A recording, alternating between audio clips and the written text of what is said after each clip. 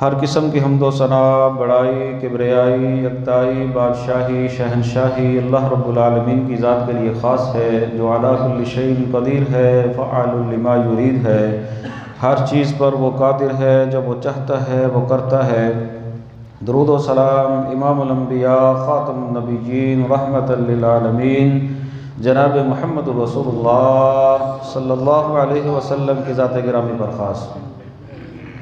बख्शिश और रहमत की दुआ सहाबा किराम, अहले बैत, ताबईन इज़ाम, औलिया किराम, मुहद्दिसीन इज़ाम और बुज़ुर्गान दीन के लिए। हम्दो सलाह के बाद मेरे काबिल एहतराम बुज़ुर्गों, साथियों, दोस्तों, मेरी माँ और बहनों,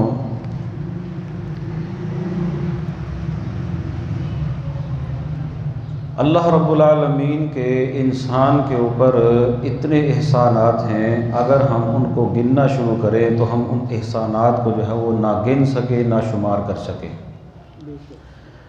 और अगर हम अल्लाह रब्बुल आलमीन की नेमतों का शुक्र अदा करना शुरू करें तो शायद हम अल्लाह की नेमतों का शुक्र भी अदा ना कर सकें। प्यारे भाइयों, अल्लाह रब्बुल आलमीन ने इंसानी जिस्म में जो आज़ा रखे हैं, उन आज़ा के मुतल्लिक, उन नेमतों के मुतल्लिक मैं गुज़ारिशात आपके सामने जो है वो गोशगुजार कर रहा हूँ। कानों की नेमत के बारे में आपने सुना, आँखों की नेमत के बारे में आपने सुना, दिमाग अल्लाह रब्बुल आलमीन की नेमत है उसके बारे में आपने सुना। आज मैं आपके सामने अल्लाह रब्बुल आलमीन की उस नेमत का तज़किरा करना चाहता हूँ जिसे ज़ुबान कहा जाता है। ज़ुबान गोश्त का एक लोथड़ा है, एक टुकड़ा है बग़ैर हड्डी के। इसकी कदर उन लोगों से पूछें जिन लोगों की कुव्वत गोयाई नहीं, जो लोग बोल नहीं सकते, जो ज़ुबान से अपनी बात को समझा नहीं सकते। हालांकि क्या है, एक छोटा सा गोश्त का टुकड़ा है। वो इशारों से बातें करते हैं, इशारों से बातें समझाते हैं, कोई समझ आती है, कोई समझ नहीं आती। अल्लाह रब्बुल आलमीन का इतना बड़ा ये इनाम है कि हम एक दूसरे को अपनी बात जो है वो अच्छे और आसान तरीके से जो है वो समझा लेते हैं। ये नेमत ऐसी नेमत है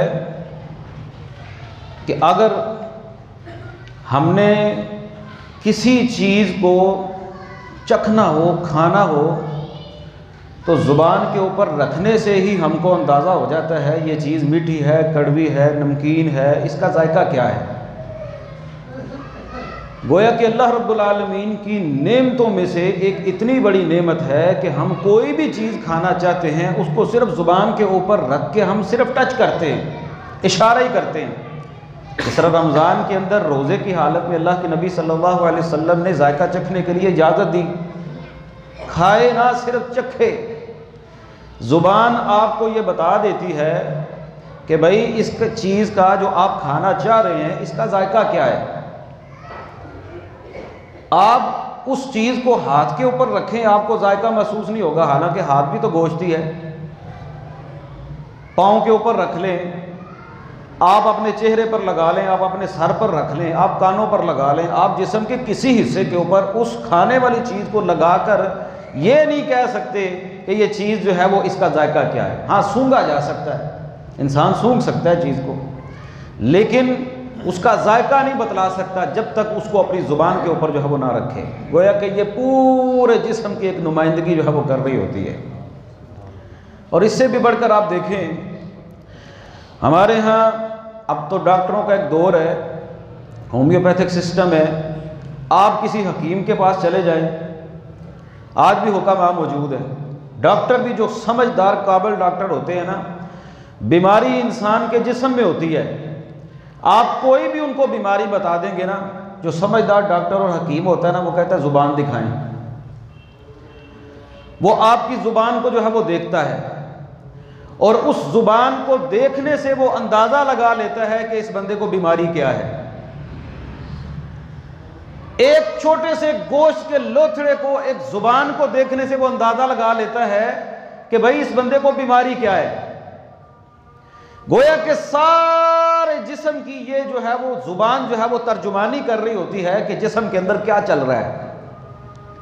कौन सी बीमारी है, कौन सी खराबी है। ज़ुबान खुश्क है, ज़ुबान तर है, ज़ुबान जो है वो सुर्ख हो चुकी है, वो हकीम जो है वो अंदाज़ा लगा लेता है सिर्फ एक ज़ुबान की वजह से। ऐसे नहीं किसी ने कहा ये ज़ुबान, ये मुंह एक कान है, कान, ये जो ज़ुबान है ना वो उसका ताला है। ये जब ताला खुलता है ना फिर पता चलता है इंसान के अंदर सोने की कान है, कोयले की कान है। इंसान की पहचान जो है वो उसकी ज़ुबान से हो जाती है, उसके बोल से हो जाती है, उसके अखलाक से हो जाती है, उसके बोलने के अंदाज से हो जाती है कि ये किस तरह की गुफ्तगू करता है, मुहज़्ज़बाना गुफ्तगू करता है या लान तान करता है, गालम गलोच करता है। गोया कि ज़ुबान एक पहचान है इंसान की।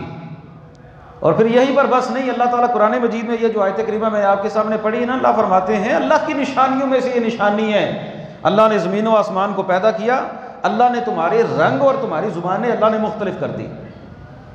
हम में से हर एक का रंग मुख्तलिफ है और हम में से हर एक की दुनिया में ज़ुबान भी जो है वो मुख्तलिफ है। सारे के सारे जो है वो आदम की औलाद हैं, अम्मा हव्वा की औलाद हैं, लेकिन दुनिया के अंदर कितनी बोलियां बोली जाती हैं। कोई अरबी बोलने वाला है, कोई अंग्रेज़ी बोलने वाला है, कोई उर्दू बोलने वाला है, कोई पंजाबी बोलने वाला है, कोई हिंदी बोलने वाला है। ज़ुबानें ही ज़ुबानें, ये जापानियन है, ये कोरियन है, ये जर्मन है, ये स्पेनिश है। वो है कि लोगों की ज़ुबानों से हमें पता चल जाता है कि ये बंदा जो है वो कौन से मुल्क का, कौन से खित्ते का रहने वाला है। चलो ये तो दुनिया की ज़ुबानें हो गई ना। आप मुल्क पाकिस्तान में देख लें, 4 सूबे हैं, कश्मीर अलग है, कश्मीरियों की ज़ुबान और है, पता चल जाता है उनकी ज़ुबान से ये कश्मीरी हैं। पंजाबियों की ज़ुबान से पता चल जाता है ये पंजाबी हैं। बलोचियों की ज़ुबान से पता चल जाता है ये बलोची हैं। सूबा सरहद के लोगों की, पख्तूनख्वा के लोगों की ज़ुबान से पता चल जाता है ये पठान है, ये पठानी बोली बोलने वाले हैं, ये खान है। और फिर हमारे पंजाब में भी जो पंजाबी बोली जाती है, इसके ज़रिए भी हम बहुत सारे लोगों को पहचान लेते हैं। हमारे गुजरांवाला की पंजाबी और है, आप सियालकोट के लोगों की देख लें उनकी पंजाबी और है, आप फैसलाबाद के लोगों की पंजाबी देख लें वो और तरीके से गुफ्तगू करते हैं। पता चल जाता है ये फैसलाबादी है, ये सियालकोटी है, ये शकरगढ़ का रहने वाला है, ये नारोवाल का रहने वाला है, ये लाहौर का रहने वाला है, ये गुजरांवाला का रहने वाला है। गोया कि आप जो अपनी ज़ुबान से लफ्ज़ अदा कर रहे होते हैं, उन लफ्ज़ों की अदायगी से आपके खित्ते, आपके वतन और आपके जिस्म और आपके अखलाक का भी पता चल जाता है। ये इतनी बड़ी नेमत है अल्लाह ताला की कि डॉक्टर और हकीम इसको देखकर अंदाज़ा लगा रहे हैं जिस्म में क्या चल रहा है, और हम जो है वो इंसान के 2 बोल से अंदाज़ा लगा लेते हैं कि ये बंदा जो है वो कहाँ का रहने वाला है और किस तरह की ज़ुबान जो है ये इस्तेमाल कर रहा है। गोया कि एक पहचान है, ज़ुबान इंसान की पहचान है। कई लोगों की मादरी ज़ुबान और होती है, 2-2, 3-3 बोलियां जो है वो बंदे जानने वाले होते हैं। अब मेरी मादरी ज़ुबान में हम मुहाजिर हैं और अपने ख़ानदान में हम जो है वो हिजरत वाली, मुहाजिरों वाली बोली बोलते हैं। वो इंडिया के रहने वाले, अमृतसर के रहने वाले जो लोग थे, हम उनकी बोली अपने घरों में बोलते हैं। और जब हमने कहीं पर पढ़ाना होता है, पढ़ना होता है, ये जो खुतबा है ये उर्दू में मैं दे रहा हूँ, और जब आपस में गुफ्तगू करते हैं हम लोग पंजाबी में भी कर लेते हैं। और किसी जगह पर पढ़ाना पड़े तो वहाँ पर अरबी के अंदर और इंग्लिश के अंदर बात बोल भी लेते हैं और समझ भी लेते हैं। गोया कि ये अल्लाह रब्बुल आलमीन की इतनी बड़ी जो है वो नेमत है ज़ुबान, और ज़ुबान से इंसान की एक पहचान जो है वो बनती है। और शरई लिहाज से अगर इसको देखें ना, ये ज़ुबान का एक लोथड़ा इतनी अहमियत रखता है। अल्लाह के नबी सल्लल्लाहु अलैहि वसल्लम ने फरमाया, जो बंदा मुझे 2 चीज़ों की गारंटी दे देना, 2 चीज़ों की, एक अपनी ज़ुबान की और एक अपनी शर्मगाह की। शर्मगाह के मुतालिक मैंने खुतबा दिया पहले। 2 चीज़ों की गारंटी मैं मोहम्मद को दे देना, मैं उसको जन्नत की गारंटी देता हूँ सल्लल्लाहु अलैहि वसल्लम। अल्लाह के बंदो, जन्नत इतनी आसान नहीं है।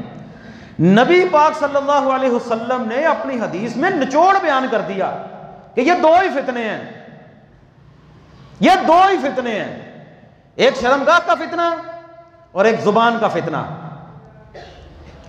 जुबान जो है ये बंदे को नीचे भी गिरा देती है और जुबान बंदे को जो है वो ऊपर भी उठा देती है। और सही हदीस के अंदर अल्लाह के नबी सल्लल्लाहु अलैहि वसल्लम के अल्फाज मौजूद हैं। आप सल्लल्लाहु अलैहि वसल्लम ने फरमाया, बुखारी शरीफ के अंदर अल्फाज मौजूद हैं, आपने फरमाया एक बंदा अल्लाह को राजी करने के लिए कलमा बोलता है और बंदे के गुमान में भी नहीं होता, उस कलमे की वजह से अल्लाह रब्बुल आलमीन बंदे से इतना राजी होता है कि अल्लाह उसके दराजात को जो है वो बुलंद कर देता है एक कलमे की वजह से। वो कलमा किससे बोला? जुबान से। और बाज़ दफ़ा बंदे का गुमान भी नहीं होता, वो अपनी जुबान से एक ऐसा कलमा बोलता है जो अल्लाह को इतना नापसंद होता है कि उस कलमे की वजह से अल्लाह रब्बुल आलमीन उसके ऊपर नाराज़गी भी लिख देते हैं और उस बंदे को अल्लाह रब्बुल आलमीन उसके उस बोल और उस कलमे की वजह से जहन्नम के अंदर डाल देते हैं। भाई नाउज़ बिल्लाह, एक कलमा ही है ना जो ला इलाहा इल्लल्लाह मुहम्मद रसूलुल्लाह बंदा पढ़ लेता है सल्लल्लाहु अलैहि वसल्लम, एक कलमा है ना, एक काफिर कलमा पढ़ लेता है, कलमा पढ़ने के बाद वो अपनी ज़िंदगी को जो है वो दुरुस्त कर लेता है, यही कलमा अल्लाह के यहाँ इतना वज़नी होगा कि उसको जहन्नम से बचा लेगा। और एक बंदा कलमा पढ़ने के बाद कुफरिया कलमा बोलता है, अल्लाह हम सबको अपनी हिफाजत में रख, कुफरिया कलमा बोल देता है, शिरक करता है अल्लाह की ज़ात के साथ। वो कलमा अल्लाह को इतना नापसंद कलमा होता है कि अल्लाह रब्बुल आलमीन जो है उस कलमे की वजह से उस बंदे को जो है वो जहन्नम के अंदर डाल देंगे। और यही वजह है जामे तिर्मिज़ी के अंदर रसूलुल्लाह सल्लल्लाहु अलैहि वसल्लम के अल्फाज हैं, फरमाया अल्लाह के नबी सल्लल्लाहु अलैहि वसल्लम ने जब इब्ने आदम सुबह करता है ना, आदम का बेटा सुबह करता है, तो आदम के बेटे के जो सारे के सारे आज़ा होते हैं ना, हाथ पाँव कान नाक, ये जितने भी आज़ा हैं इंसान के जिस्मानी आज़ा, ये सारे के सारे जो है वो बड़ी आजिज़ी और बड़ी इनकिसारी के साथ जो है ज़ुबान के साथ ये इल्तिमास करते हैं, ये दरख्वास्त करते हैं ज़ुबान से, इत्तक़िल्लाह फ़ीना। हाथ कहता है, पाँव कहते हैं, दिल कहता है, इंसान के जो आज़ा है आँखें कान, ये पता क्या कहते हैं ज़ुबान से? कहते हैं ज़ुबान से इत्तक़िल्लाह फ़ीना, हमारे बारे में अल्लाह से डर जाना, ऐ ज़ुबान हमारे बारे में अल्लाह से डर जाना, अगर तू सीधी रही तो हम भी सीधे रहेंगे, अगर तू टेढ़ी होगी तो हम भी टेढ़े हो जाएंगे। कि सारे के सारे आज़ा अल्लाह के नबी फरमाते हैं जुबान के सामने ये इल्तिमास करते हैं, दूसरे लफ्जों में समझ लें हाथ जोड़ के कहते हैं, वो दरख्वास्त करते हैं कि हमारी तेरे सामने ये दरख्वास्त है, ये इल्तिजा है कि भाई तू ठीक रहना, अगर तू ठीक रही ना तो हम भी ठीक रहेंगे। अच्छा, जुबान से बंदा जो है वो गाली देता है, जुबान से बंदा जो है वो झगड़ा करता है, इसके अंदर जुबान के अंदर हड्डी नहीं है लेकिन ये बाकी जिस्म की हड्डियों को तोड़वा देती है, तोड़वाती है कि नहीं तोड़वाती? काम बंदा जुबान के साथ गलत करता है, बोल गलत जुबान से बोलता है लेकिन मार इंसान के बाकी जिस्म को पड़ती है। अल्लाह के नबी फरमाते हैं जब इब्ने आदम सुबह करता है ना, रोजाना सारे के सारे जिस्मानी आज़ा जुबान के सामने जो है वो इल्तिजा करते हैं, इल्तिमास करते हैं, दरख्वास्त करते हैं और तू सीधी रहना, अगर तू सीधी रही हम भी सीधे रहेंगे, अगर तू टेढ़ी होगी तो हम भी टेढ़े हो जाएंगे। इससे आप अंदाजा लगा लें कि इंसानी जिस्म में इस लोथड़े की कितनी अहमियत है।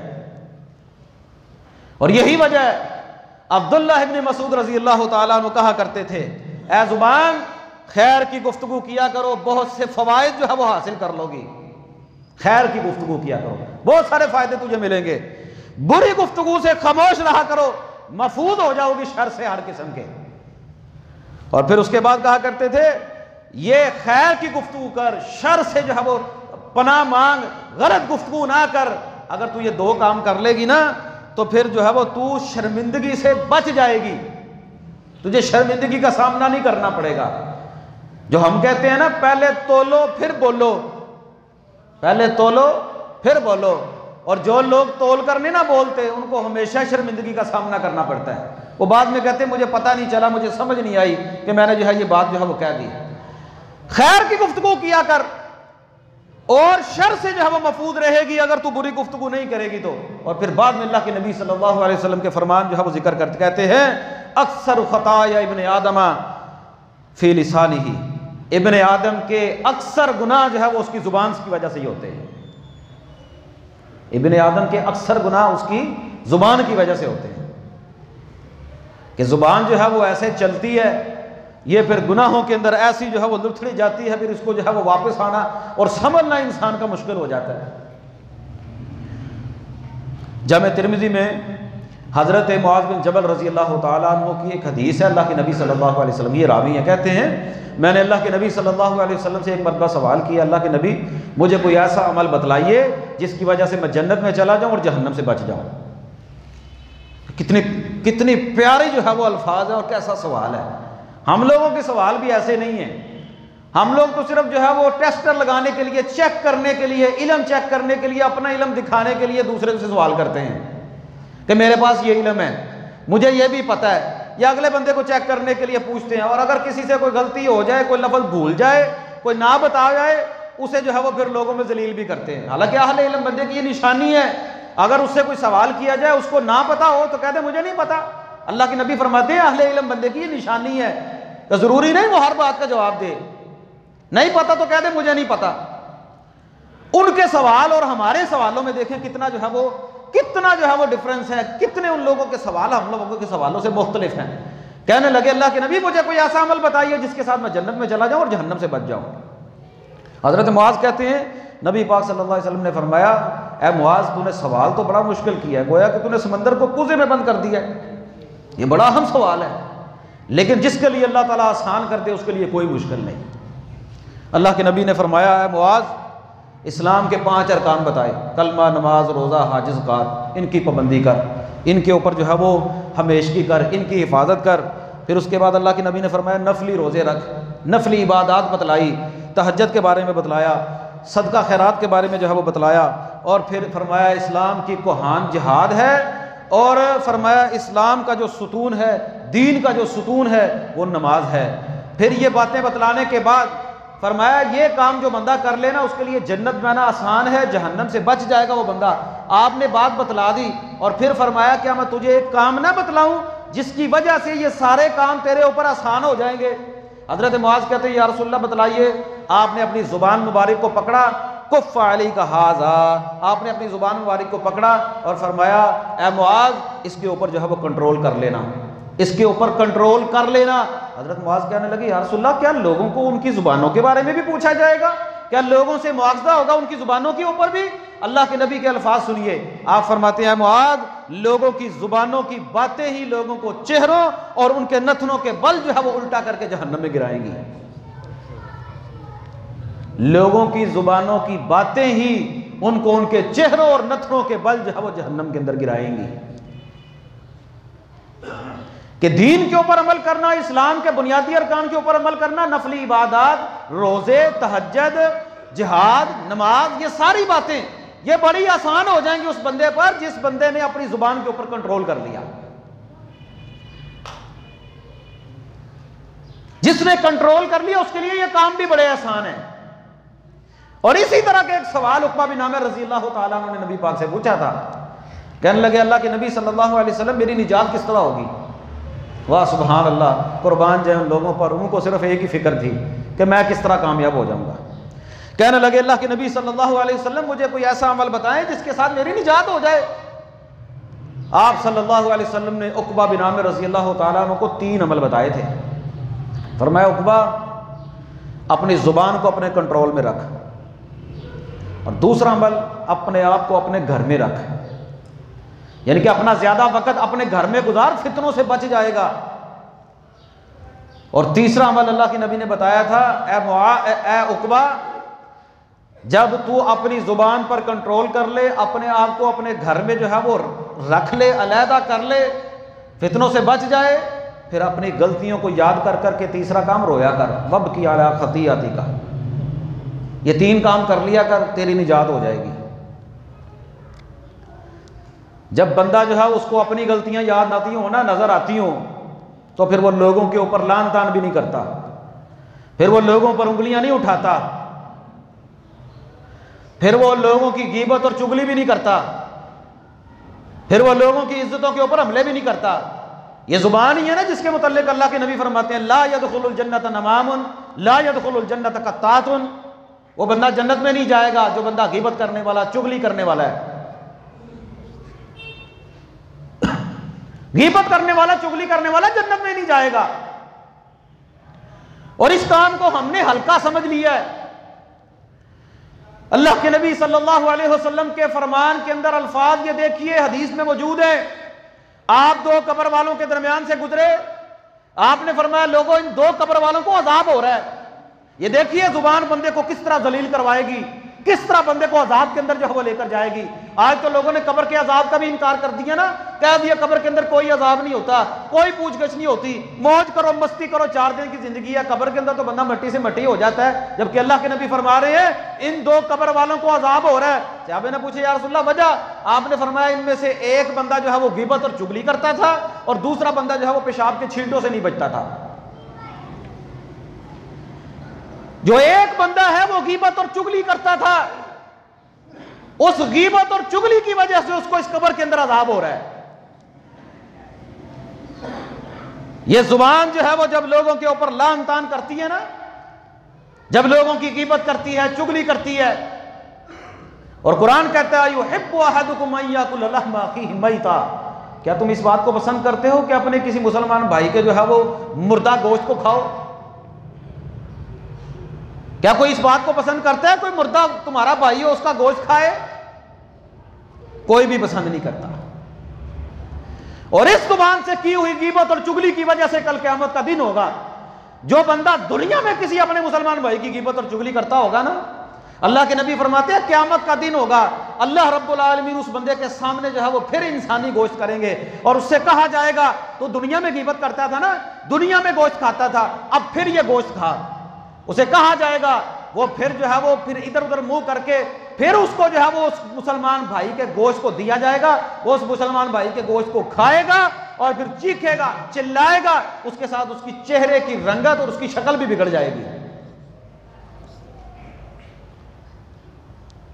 और गीबत करने वाला बंदा अपनी जुबान से अपने आप को इस तरह हलाकत में डाल रहा होता है कि जब तक वो बंदा जिस मुसलमान भाई की गीबत की है उससे माफी ना मांगे, अल्लाह ताला माफ भी नहीं करते बंदे को। कितनी शर्मिंदगी है, इंसान कितना बड़ा गुनाह कर लेना, अल्लाह से माफी मांगे अल्लाह ताला माफ कर देते हैं। लेकिन यहां पर गीबत करने वाले बंदे के पास जाकर कहना होगा। गीबत और चुगली ये जुबान है, अल्लाह जानते। अब तो हर मजलिस के अंदर ये काम होने लग गया है, कोई नहीं बचा। उस्ताद शागिर्द की चुगली करता है, शागिर्द अपने उस्ताद की गीबत करता है। हर मजलिस में औरतें अपने घरों में जब बैठती हैं वो तो करती ही करती हैं ना, वो तो बदनाम है। मर्द भी जहां पर बैठते हैं वो किसी ना किसी को मौजू बनाते हैं और एक दूसरे की गीबत और चुगली करते हैं और पगड़ियां उछालते हैं, एक दूसरे की इज्जत के ऊपर हमला करते हैं। और फिर ये मामला यहीं पर बस नहीं, ये मामला मसाजिद के अंदर भी आ गया।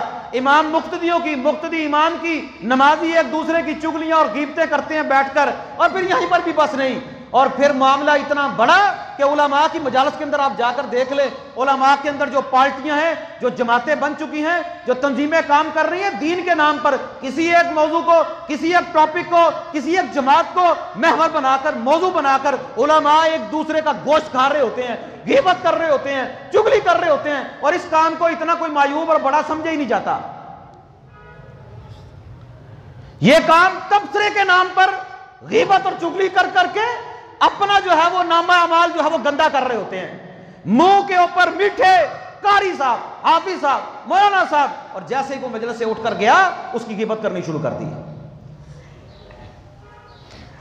मुंह के ऊपर नूर मोहम्मद और उठकर जाने के बाद नूरा। हमारे एक दोस्त हैं, उनकी दावत की किसी ने, वो दावत के अंदर 5-7 मौलवी जो है वो बैठे हुए थे और वहां पर जो उससे पहली दावत उनके घर के अंदर हुई थी ना, उन्होंने उन मौलवियों को, उन उलमा को अपनी मौजू का, अपनी गुफ्तगू का महवर बना रखा था।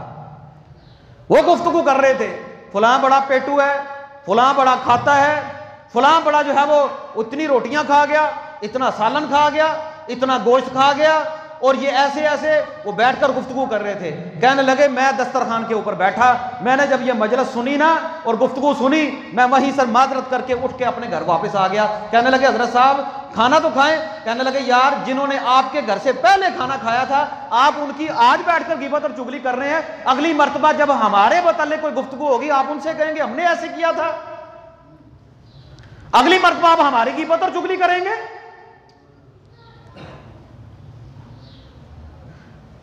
गोया के दीनदार बंदे, नमाजी बंदे, दीन को समझने वाले अहले इल्म मुंह के ऊपर बड़े मिठे, और जब किसी के पीछे किसी के मुताल्लिक गुफ्तगू करते हैं, अल्लाह की कसम गंदी नाले, गंदे नाले और गटर से भी ज्यादा जो है वो बदबूदार जो है उनके मुंह से स्मेल आ रही होती है। क्यों? क्योंकि उनकी जुबान से कोई महफूज नहीं। वो अपनी की हुई सारी नमाजें, सारी बातें जो है वो गिबत और चुगली करके जो है वो अपनी अमलों का बड़ा बेड़ा गर्क कर रहे होते हैं और अगले बंदे की नेकियों में इजाफा कर रहे होते हैं। यह इतना बड़ा जुर्म है। और आइए मेराज का सबक, लोग रजब के अंदर बड़ा मेराज का जो है वो आपने वाकया सुना। अल्लाह के नबी सल्लल्लाहु अलैहि वसल्लम करवाते हैं, जिस रात अल्लाह ताला ने मुझे जो है वो मेराज करवाया, मैंने कुछ लोगों को देखा, उन लोगों को अल्लाह रब्बुल आलमीन ने तांबे के नाखून दिए हैं, तांबे के, और उन तांबे के नाखूनों के साथ वो अपने चेहरों को नोच रहे हैं, अपने जिस्म को जो है वो नोच रहे हैं। मैंने पूछा ये कौन लोग हैं? अल्लाह के नबी से फरमाया गया, हाउलाइल्लज़ीना याकुलूना लुहुमन नास, ये वो लोग हैं जो लोगों के गोश्त को खाया करते थे, वयाकाऊना फी आराज़िहिम, और ये लोगों की इज्जतों के ऊपर हमला किया करते थे, लोगों की इज्जतों पर हमला करना। और आप इस बात का अंदाजा किसी भी मजलिस में बैठकर लगा लें, वहां पर कोई ना कोई किसी ना किसी अंदाज में मौजू का, गुफ्तगू का महवर बन चुका होता है, और हम उसमें कोई ना कोई हिस्सा डालकर अपने आप को जो है वो मुजरिम बना रहे होते हैं। फरमाया वो लोग जो अपने चेहरों को नोच रहे हैं, तांबे के नाखून है, अपने जिस्म को नोच रहे हैं, अपने गोश्त को नोच रहे हैं, अपने जिस्म को, अपने चेहरे को नोच रहे हैं। वजह क्या है? ये वो लोग हैं जो लोगों का गोश्त खाते थे और लोगों की इज्जतों पर हमला करते थे, पगड़ियां उछालते थे। अब इज्जत और जिल्लत किसके हाथ में है? अल्लाह के हाथ में है। किसी को कोई इज्जत मिल गई है, वो हमसे बर्दाश्त नहीं। किसी के पास पैसे आ गए, किसी को अल्लाह ने कारोबार दे दिया, किसी को अल्लाह ने इज्जत दे दी, किसी को अल्लाह ने मुकाम दे दिया, उसी को अपनी मौजू को, गुफ्तगू का महवर बना लेना, ये कितनी बड़ी ज्यादती है कि अल्लाह का शुक्र नहीं अदा करते। या अल्लाह तेरी रजा पर हम राजी हैं, जिस तूने उसको दिया तो हमें भी दे, तूने उसको इज्जत दी है तो मुझे भी दे।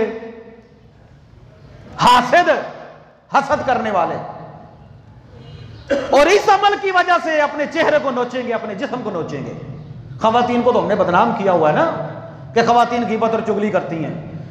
अब तो ये महबूब मशगला बन चुका है हम लोगों का, ना घरों में, ना फैक्ट्रियों में, ना दुकानों में, जहां पर कुछ चार बंदे बैठते हैं वहां पर कोई ना कोई जो है वो अपनी गुफ्तगू का महवर बना लेते हैं और फिर शुरू हो जाते हैं। एक बंदा एक बात करता है, दूसरा कहता है नहीं नहीं ये भी है, वो फिर तीसरा भी बताता है, फिर उसके ऐपों को गिनना शुरू कर देता है, फिर उसकी गलतियां गिनवाना शुरू कर देता है, फिर उसके गुनाहों का तस्करा करता है बैठकर। उसे नहीं पता कि मैं भी गुनाहगार हूं, मैं भी एक इंसान हूं। अल्लाह के नबी का फरमान है, जो बंदा किसी मुसलमान के ऐपों पर पर्दा डालता है, कल क़यामत का दिन होगा, अल्लाह उसके ऐपों पर पर्दा डालेगा। और जो बंदा किसी के ऐपों पर पर्दा नहीं डालता, अल्लाह के नबी के अल्फाज सुनिए, अल्लाह के नबी फरमाते हैं, और लोगों मुसलमानों की गिबत ना किया करो, उनके ऐबों का पीछा ना किया करो। जो बंदा किसी के ऐबों का पीछा करता है, किसी की गलतियों का पीछा करता है, किसी के जो है वो ऐबों का पीछा करता है, अल्लाह रब्बुल आलमीन उस बंदे को इतना जलील करेगा, चाहे वो अपने घर के पिछले कोने के अंदर, पिछले हिस्से के अंदर भी बैठ जाए ना, अल्लाह उसको वहां पर भी जलील करेगा। वमन यत्तबिल्लाहु औरतहु यफ्साहु फी बैतिही, जो बंदा किसी बंदे के ऐबों का पीछा करता है, अल्लाह उसको उसके घर के अंदर भी जलील करेगा। यह वजह है हमारी जिल्लत और रुसवाई की। दुनिया में कौन बंदा है जो गुनाह नहीं करता, जिससे कोई गलती नहीं होती, जिससे कोई खता नहीं होती? अल्लाह के बंदो, ज़ाहरी अमल है, बड़े बड़े ज़ाहरी अमल, और उसके बारे में गुमान अच्छा ही रखो। पिछला खुतबा मैंने 2 खुतबे दिए हैं गुमान के ऊपर। अपने गुमान को अपने भाई के बारे में अच्छा ही समझो, अच्छा ही रखो कि भाई इसकी ज़ाहरी हालत ये है, ये ज़ाहरी तौर पर ये फला फला अमल करता है। अगर हम लोगों को गुनाहों को देखना शुरू कर दें, ऐबों को ढूंढना शुरू कर दें, तो फिर हम में से कोई बंदा दूसरे बंदे के पीछे खड़े होकर ना नमाज पढ़ेगा, ना उसके ऊपर इत्मीनान करेगा, ना यकीन करेगा। कोई बंदा ऐबों से पाक नहीं। फला तुज़क्कू अनफुसकुम, और गीबत करने वाला, चुगली करने वाला बंदा यही समझता है कि मैं पाक हूं, मैं नेक हूं। और मत समझे, जो बंदा गीबत करने वाला है ना, वो एक मजलिस में अगर आपके साथ बैठकर किसी दूसरे की गीबत कर रहा है ना, वो किसी और मजलिस में बैठकर आपकी गीबत उनके साथ करेगा, और ये जरूर भी जरूर करेगा, क्योंकि उसको चस्का पड़ चुका है। और हम लोग अपने जहन के मुताबिक बंदे देखते हैं कि मेरे जहन के मुताबिक, मेरे मतलब के मुताबिक ये बंदे हैं जो गुफ्तगू कर सकते हैं फला बंदे के बारे में, वरना मुंह ना बंद करते बंदा कि यार तुझे क्या पड़ा है, तू अपनी फिक्र कर। यह जुबान है जिसकी वजह से बंदा जो है वो इतने बड़े गुनाहों के अंदर जो है वो मुब्तला हो जाएगा। अल्लाह के बंदो, मुस्नद अहमद के अंदर अल्लाह के नबी सल्लल्लाहु अलैहि वसल्लम के अल्फाज सुनिए। अल्लाह के नबी फरमाते हैं, अर्रिबा इस्नानी व सबऊना बाबा, लोगों सूद के 70 दरवाजे हैं, इस्नानी व सब 72, सूद के 72 दरवाजे हैं।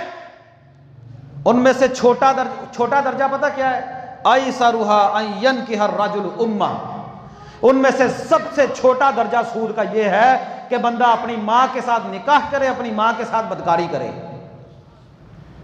सबसे छोटा दर्जा, सूद के 72 दरवाजे हैं। सबसे छोटा दर्जा यह है कि बंदा अपनी मां के साथ बदकारी करे। और हम में से हर कोई बंदा सूद के साथ नफरत करता है।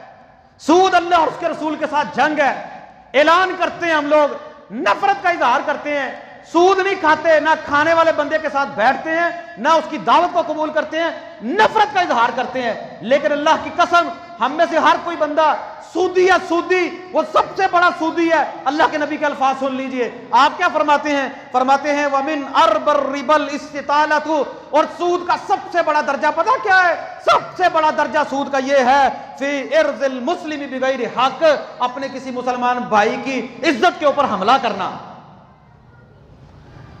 सूद का सबसे बड़ा दर्जा क्या है? अपने किसी मुसलमान भाई को जलील करना, अपने किसी मुसलमान भाई की इज्जत के ऊपर हमला करना, यह सूद का सबसे बड़ा दर्जा है। फिर इसका मतलब क्या हुआ? तो फिर हम सूद खाते हैं ना। सबसे निचला दर्जा वो गुनाह के अंदर इतना बड़ा है जिसके बारे में बंदा सोच भी नहीं सकता। क्या आम बंदा किसी औरत से बदकारी कर ले, दुनिया में बदकारी होती है, गुनाह का काम हो जाता है, लेकिन वो बंदा बदकारी अपनी मां के साथ करे, बंदा सोच भी नहीं सकता कि वो कितना बड़ा गुनाहगार बंदा है जो अपनी मां के साथ। सबसे छोटा दर्जा सूद का, यह इतना खतरनाक है। और सूद का सबसे बड़ा दर्जा फरमाया अपने मुसलमान भाई की इज्जत पर हमला करना, वो किसी अंदाज में भी हो, उसकी घर की खवातीन के बारे में हो, उसकी इज्जत के बारे में हो, और जहां पर उसकी इज्जत की जाती है वहां पर कोई गुफ्तगू करना, कोई गीबत करना, कोई चुगली करना, उसको नीचा दिखाना, उसको जलील करना, उसके पांव खींच देना, कोई भी अंदाज हो सकता है। यह सूद का सबसे बड़ा दर्जा है।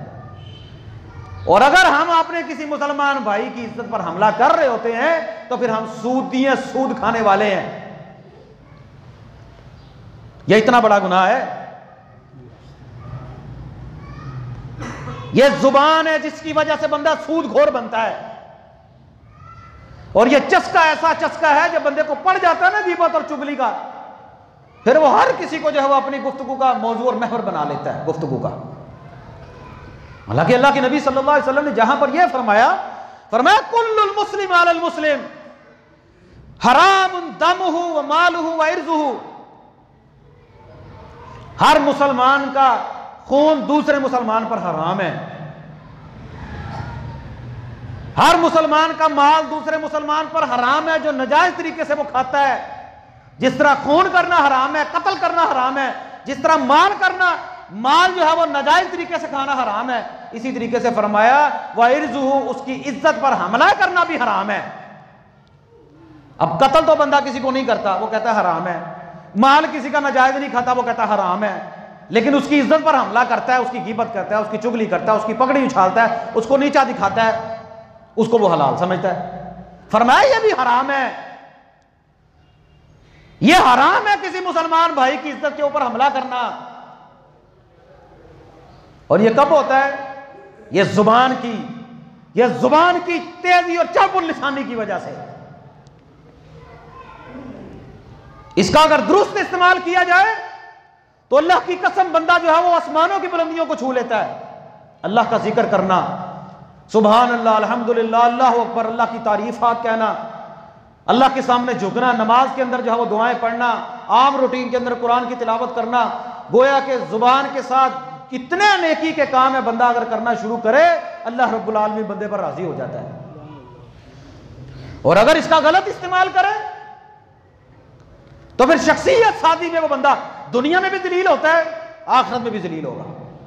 जो बंदा ज्यादा जो है वो जुबान का जो है वो चरबुल लिसान होता है ना, बात बात के ऊपर गालियां देने वाला, बात बात के ऊपर झूठे लतीफे झूठी बातें सुनाने वाला, अब तो खैर अल्लाह ताला माफ करे, यह जुबान का चस्का ऐसा चस्का पड़ गया, हम लोगों ने दीन के अंदर भी बाजार लगा लिया है, दीन के अंदर भी लोगों ने कानों का चस्का लगा लिया है। मौलवी मिंबर के ऊपर आता है, वो गुफ्तगू करता है, वो चस्के लेते हैं, वो लतीफा सुनाता है, वो जो है वो हंसी वाली गुफ्तगू करता है, वो जो है वो थिएटर वाली गुफ्तगू करता है, वो ड्रामा वाली गुफ्तगू करता है, वो लोगों को हंसाता है, वो लोगों की पगड़ियों को उछालता है, वो ही हा हा करता है, वो ड्रामा वाला मंजर पेश करता है। हम लोग उनको पैसे देकर मस्जिद में बुलाते हैं और मस्जिद में दीन के नाम पर हम मस्जिद के अंदर ये मजहबी मुजरा करवाते हैं।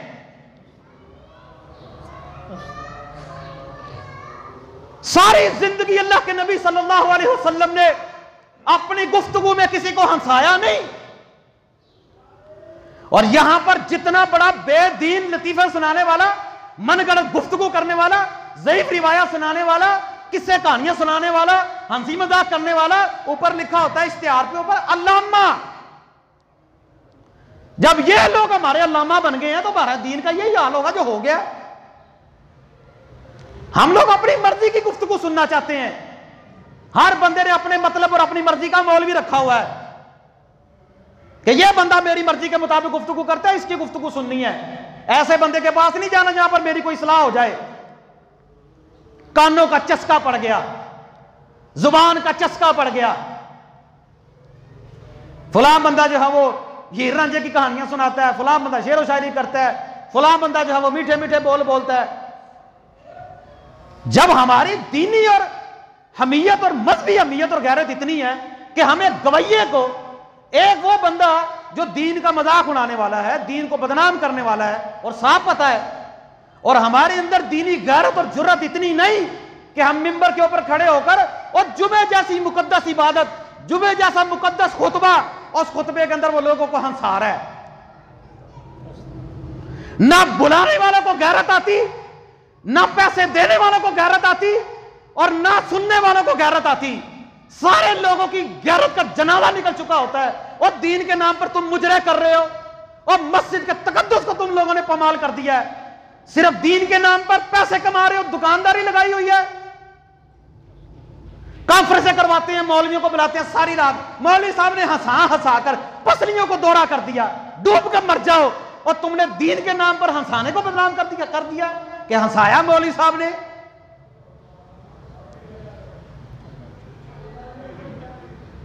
कत्तान ऐसे बंदे को मिंबर पर, मुसल्ले पर गुफ्तगू ना करने दें। जो बंदा जो है वो मिंबर पर बैठकर लोगों को हंसाता हो, अल्लाह के नबी ने फरमाया हलाकत और बर्बादी है उस बंदे के लिए जो लोगों को हंसाने के लिए झूठ बोलता है। जुमे में लतीफे सुना रहे हैं, दरस में लतीफे सुना रहे हैं, जलसे में लतीफा सुना रहे हैं। यह दीन है कि दीन को तुमने दुकानदारी बनाया हुआ है?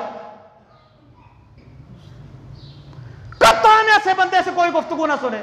ये तो आपके दीन का जनाजा निकाल रहे हैं। इस्लाह कहां पर होनी है? मिंबर का मकसद तो इस्लाह था। अब हर चार बंदे मिलते हैं, वो पैसे डालते हैं, 40-50 हजार रुपये इकट्ठा किया, इश्तिहार बनवाए, अपनी अपनी मर्जी के मौलवी बुला लिए। हर बंदा अपनी मर्जी का मौलवी बनाकर जलसा करा लेता है। अभी आप चंद दिन ठहरे, ये सिर्फ आपके इबादतों के ऊपर मसाजिद में हमला नहीं करते, ये आपके रमजान के रोजों को भी बर्बाद करेंगे। और इन गवैयों को फोन करके देख लें आप, दीन के नाम पर मजहब को बदनाम करने वाले, इनको फोन करके देख लें, अल्लाह की कसम 2-2 महीने इनके पास टाइम नहीं है। हमने टाइम इतना बुक करवा लिया है कि हमारे पास आकर गुफ्तगू करनी है। जिन लोगों को सादा कुरान नहीं पढ़ना आता, उन लोगों को 2-2 महीने टाइम ही नहीं है किसी के पास मस्जिद में टाइम देने का। टाइम लेने वाले कौन है? अपने आप को अहले हदीस कहलवाने वाले। ये टाइम ले रहे हैं। अब ये ताक रातों में आपकी ताक रातों को भी बर्बाद करेंगे, सारी रात तकरीरें होंगी, आपके रमजान के रोजों को इफ्तारी के नाम पर बदनाम करेंगे और बर्बाद भी करेंगे। और फिर ये चंद दिन निकलेंगे और फिर ये बड़े बड़े स्कॉलर निकलेंगे। अब ये स्कॉलर निकलने वाले हैं रमजान में, सारा साल गंदी गुफ्तगू करने वाले, सारा साल ड्रामे बनाने वाले, फिल्में बनाने वाले और जो है वो मौज मस्तियां करने वाले और नीम बरहना औरतों के साथ बैठकर जो है वो प्रोग्राम करने वाले रमजान में बैठकर स्कॉलर बन जाते हैं और वहां पर बैठकर दीन के मसले बताते हैं। हम लोग इनसे दीन के मसले सीखते हैं। तो क्या क्या है हम लोगों को, हमारा दीन कहता क्या है हमें, हम किस तरफ चल पड़े हैं। ये जुबान अल्लाह रब्बुल आलमीन की इतनी बड़ी एक नेमत है, इसका शुक्र अदा करें अल्लाह का जितना हो सकता है। जिस तरह किसी का माल हराम है, किसी का खून हराम है, उस तरह अल्लाह के नबी ने फरमाया उसकी इज्जत पर हमला करना भी हराम है। और ये मिंबर पर बैठकर लोगों को जो है वो लान तान करते हैं, मजाक उड़ाते हैं, पगड़ियां उछालते हैं, इज्जत पर हमला करना भी हराम है। फरमाया अल मुस्लिम मन सलिम अल मुस्लिमून मिन लिसानिही व यदिही, मुसलमान तो होता ही वो है जिसके हाथ से और जिसकी जुबान से दूसरे मुसलमान महफूज हो जाएं। जिसकी जुबान से दूसरा मुसलमान महफूज नहीं, उसके हाथ से दूसरा मुसलमान महफूज नहीं, फरमाया वो तो मुसलमान ही नहीं।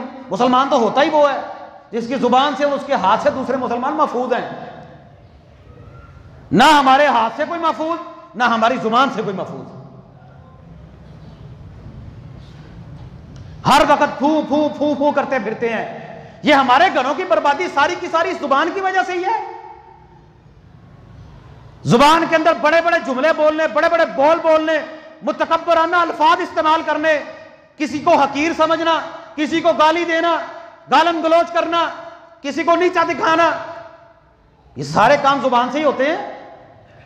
हमारे साथ तो खड़े होकर कोई बंदा नमाज पढ़ने के लिए तैयार नहीं। उसकी वजह क्या है यार, ये बंदा जो है वो किसी वक्त भी किसी को जलील कर देता है। और अल्लाह के नबी के वो अल्फाज सुन लीजिए, फरमाया बदतरीन वो बंदा, बदतरीन वो बंदा जिसके शर से बचने के लिए लोग उसकी इज्जत करते हैं। कि इस बंदे से हम लोग समझते हैं लोग साढ़े ना सलाम लेन देने, ये जितने ओहदेदार लोग हैं ना, लोग पता है इनसे क्यों सलाम लेते हैं, और यार है ना को जान ही छड़ाओ सलाम कह के, कोई और मसले में ना ये हमको उलझा दे, फंसा ना दे, थाने कचहरी में ना फंसा दे, लोग उनको सलाम करते हैं, वो समझता है मेरी इज्जत है। अल्लाह के नबी फरमाते हैं बदतरीन वो बंदा है जिसके शर से बचने के लिए लोग उसकी इज्जत करें। बदतरीन वो बंदा है। और इन लोगों की इज्जत लोग करते ही इस वजह से हैं कि इनके शर से अल्लाह हमको महफूज करना। जिसके हाथ से और जिसकी जुबान से दूसरा मुसलमान महफूज है वो मुसलमान है। और याद रखिए दुनिया में बंदा कितने भी काम कर लेगा ना इस जुबान के साथ, कितने भी कुछ कर लेगा, तीली लगाकर साइड पे हो जाते हैं, बोल कर लड़ाई झगड़े वाला साइड पे हो जाते हैं। घरों में लड़ाई और झगड़े की बड़ी वजह और सबब ही यह है, खाविंद और बीवी की लड़ाई की सबब और वजह यह है जुबान पर कंट्रोल नहीं। बीवी अपने खाविंद के सामने बोल रही है, खाविंद को गुस्सा आ रहा है, वो बीवी के ऊपर चढ़ाई कर रहा है, माँ बाप के साथ जो है वो चढ़ाई कर रहा है, माँ बाप जो है वो अपने बच्चों का लिया, गोया के जुबान एक फितने का घर बन चुकी है। जब तक ये बोलती है ना, ये लिख रहे हैं, लिखने वाले लिख रहे हैं, मा यल्फिज़ु मिन कौलिन इल्ला लदैहि रकीबुन अतीद। अल्लाह फरमाते हैं किरामन कातिबीन, और तुम कर लो जो तुम करोगे, बोल लो जो तुमने बोलना है। ये जो किरामन कातिबीन है ना, ये जो लिखने वाले हैं, ये तुम्हारे हर अमल को, हर कौल को जो तुम जुबान से बोलते हो ना, लिख रहे हैं। एक दिन आएगा ये सारे का सारा तुम्हारा बोला हुआ जिस रजिस्टर को तुमने भरा है ना, जो तुम कर रहे हो इस जुबान के साथ, ये तुम्हारे सामने खोल कर रख दिया जाएगा और कहा जाएगा इक़रा किताबक, आज अपनी किताब को पढ़ ले, जो तूने किया ये तेरे सामने रखा हुआ है। और कहेगा बंदा ला युगादिरु सगीरतन वला कबीरतन इल्ला अहसाहा, वो ये कैसी किताब है, ना इसने कोई छोटी बात छोड़ी है, ना इसने कोई बड़ी बात छोड़ी है। जो जो तू छोटे काम करता है, बड़े काम करता है, जुबान के फितरे का, जुबान का गलत इस्तेमाल करता है, ये सारा तेरे सामने जो है वो आ जाएगा। उस दिन पछताने का कोई फायदा नहीं होगा। उस दिन क्या होगा? फरमाया अल-यौमा नख्तिमु अला अफ़वाहिहिम, उस दिन हम तुम्हारे मुंह के ऊपर मोहर लगा देंगे। व तुकल्लिमुना अयदीहिम व तशहदु अर्जुलुहुम, फिर तुम्हारे हाथ बोलेंगे, तुम्हारे पांव बोलेंगे और बोल बोल कर गवाही देंगे।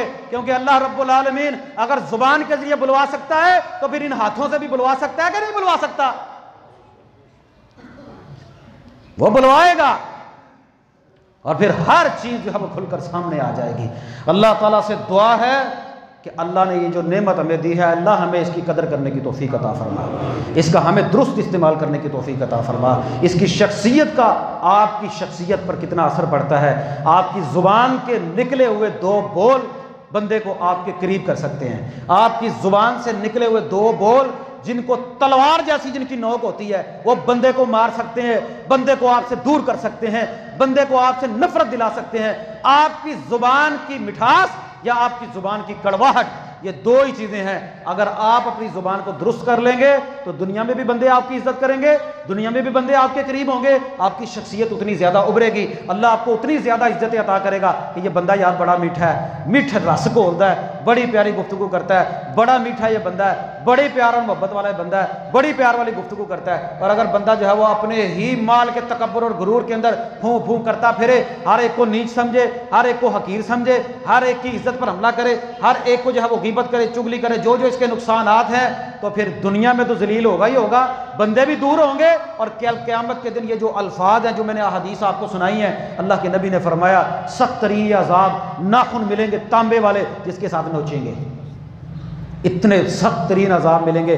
अल्लाह जब तक हमें ज़िंदा रखे, इस्लाम पर ज़िंदा रख, जब हमारी मौत आए ईमान की हालत के अंदर, इस्लाम की हालत के अंदर हमको मौत नसीब फरमा। अक़ूलु क़ौली हाज़ा अस्तग़फ़िरुल्लाह ली व लकुम।